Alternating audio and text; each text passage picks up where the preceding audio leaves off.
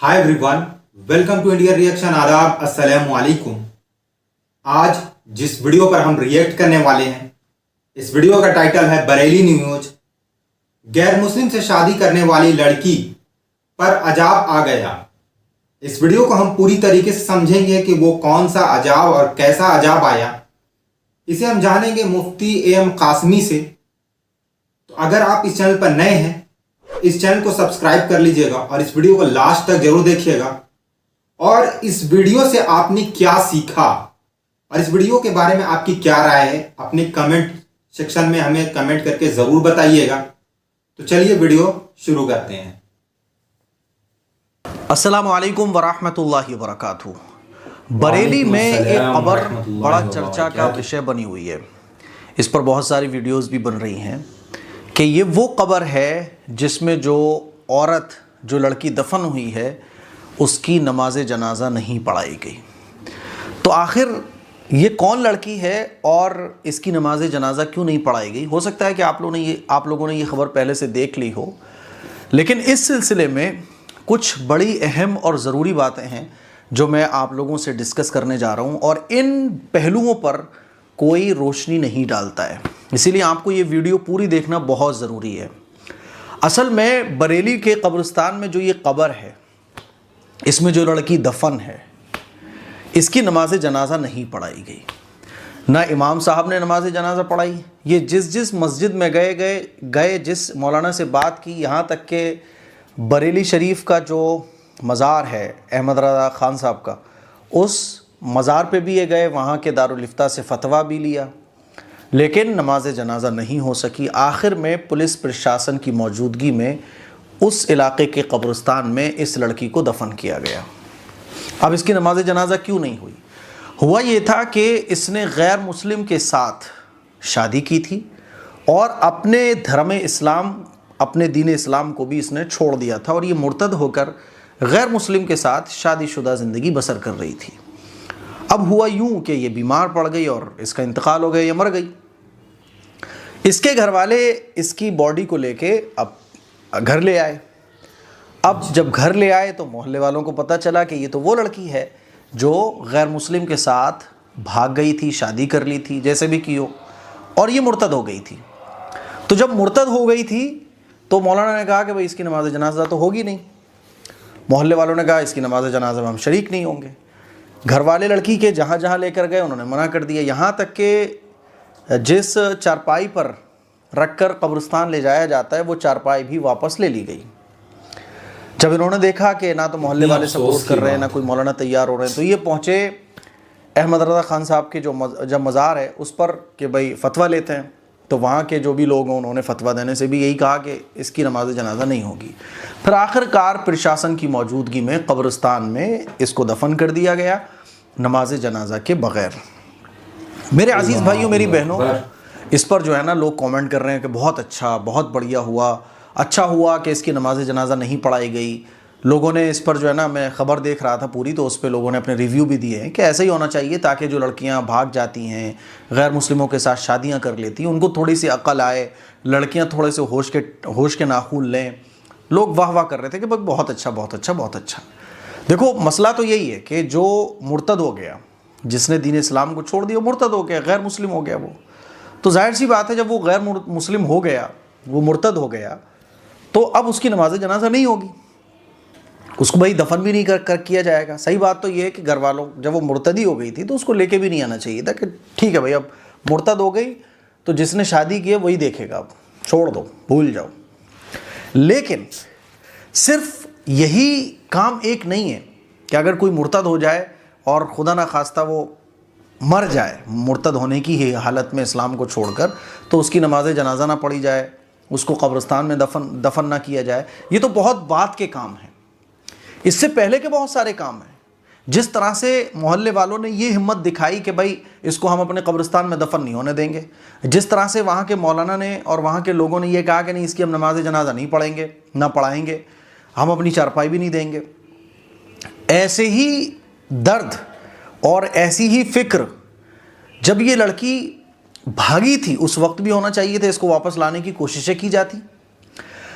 और लड़कियां जो भाग रही हैं तो उसकी बुनियादी वजह यही है कि दीनी तालीम, दीनी माहौल और बच्चियों की फ़िक्र ना करना, वक्त पर उनकी शादी ना होना, इस तरफ भी हम लोगों को तवज्जो देना चाहिए। सिर्फ ये एक पहलू नहीं है, और ये समझना कि इस तरह से नमाज जनाजा अगर इस लड़की की नहीं हुई तो बहुत सारी लड़कियां सबक हासिल करेंगी। भाई साहब, सबक कोई नहीं हासिल करेगा।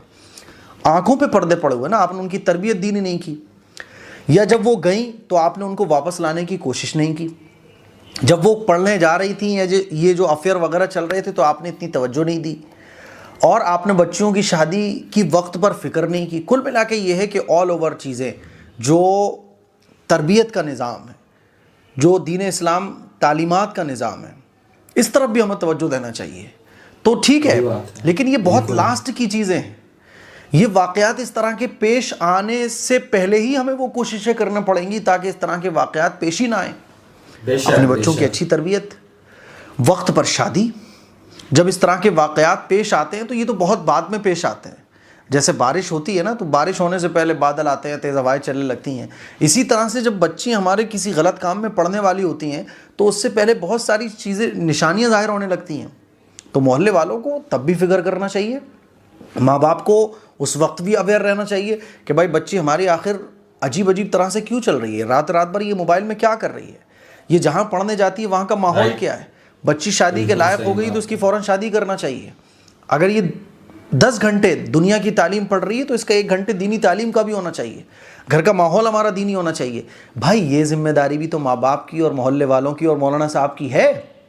क्या सिर्फ यही जिम्मेदारी है कि जब लड़कियां भाग गई, मुर्तद हो गई, गैर मुस्लिमों से शादी कर ली, अब इंतकाल हो गया तो नहीं साहब नमाज जनाजा नहीं पढ़ाएंगे? भाई इससे पहले वो मुर्तद ना हो, वो गैर मुस्लिम के साथ शादी ना करे, इस तरह की हमारी कोशिशें भी होना चाहिए। ये कोशिशें तो बहुत बात की हैं। हमने अपने बच्चों की तरबियत की कोशिश कर ली, वो गलत रास्तों पर ना जाए इसकी भी हमने कोशिश कर ली, हमने अपने सारे काम पूरे किए, लेकिन फिर भी बच्चे बच्चियां गुमराही के और कुफ्र और मुर्तद के रास्ते पर पड़ गए तो फिर अलग मामला है। जैसे हज़रत नूह अलैहिस्सलाम का बेटा ईमान लेकर नहीं आया, हज़रत नूह अलैहिस्सलाम की बीवी ईमान लेकर नहीं आई, हज़रत आदम अलैहिस्सलाम का एक बेटा जिसने कत्ल कर दिया वो ईमान लेकर नहीं आया। तो लेकिन उस पर पैगंबर की मेहनत तो हुई, पैगंबर ने दावत दी, समझाया, पूरी कोशिश की, फिर उसके बाद वो मुर्तद हो गया तो अलग बात है। हमारा सीन ये है कि हम पहले कोई कोशिश नहीं करते, बच्चों की पहले फ़िक्र नहीं करते, बच्चे क्या कर रहे हैं, क्या जा रहे हैं, उनका दीनी तालीम का निज़ाम क्या होना चाहिए। हमारे भाई कोई भी अगर चक्कर किसी का चलता है और लड़कियां गैर मुस्लिम लड़कों के साथ भाग जाती हैं तो ऐसा थोड़ी ना होता है कि अब आज किसी लड़के से मिली और कल भाग गई। मुलाकात होती है, बात चलती हैं, 4-4, 6-6 महीने इश्क मुआशके चलते रहते हैं, पता चल जाता है घर वालों को, लेकिन फिर भी आंखों पर पट्टी बांध कर हम बैठे रहते हैं। जब सब कुछ हो जाता है तो हम कहते हैं कि नहीं साहब नमाज जनाजा नहीं पढ़ाएंगे। तो सिर्फ नमाज जनाजा ना पढ़ा के आप ये सोचो कि हमने बहुत बड़ा काम कर दिया, कब्रिस्तान में हम अपने इसको दफन नहीं होने देंगे। मोहल्ले वाले ये सोच रहे हैं कि हमने बहुत बड़े तीर मार दिए, हमने दावत का पूरा हक़ अदा कर दिया, हमने हिदायत के सारे काम पूरे कर दिए। नहीं भाई साहब नहीं, आखिरत में हम भी पकड़े जाएंगे कि हमने अपने बच्चों की दीनी तालीम की कितनी फ़िक्र की थी, हमने अपने इलाके के बच्चे और बच्चियों की कितनी फ़िक्र की थी, उनको दीन पर लाने के लिए, उनको गलत रास्ते से बचाने के लिए हमने कितनी कोशिश की थी। याद रखिएगा, आखिरत में हश्र के मैदान में दामन तो हमारा भी पकड़ा जाएगा, क्योंकि एकदम से तो बच्चियाँ ये नहीं भाग रही ना, पूरा एक माहौल क्रिएट हो रहा है। 4-4, 6-6, 1-1 साल तक अफेयर्स चल रहे हैं, सारे जहां को पता चल जाता है कि अच्छा ये लड़की गड़बड़ चल रही है।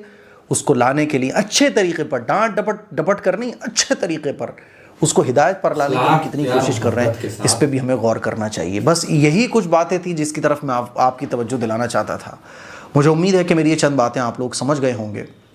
देखो, इस क्लिप को शेयर कीजिए, दूसरों तक पहुंचाइए। अस्सलामु अलैकुम वरहमतुल्लाहि वबरकातुहू। जैसा कि हमने इस वीडियो में देखा कि ऐसे हालात क्यों आते हैं, इसके पीछे कई कारण हैं।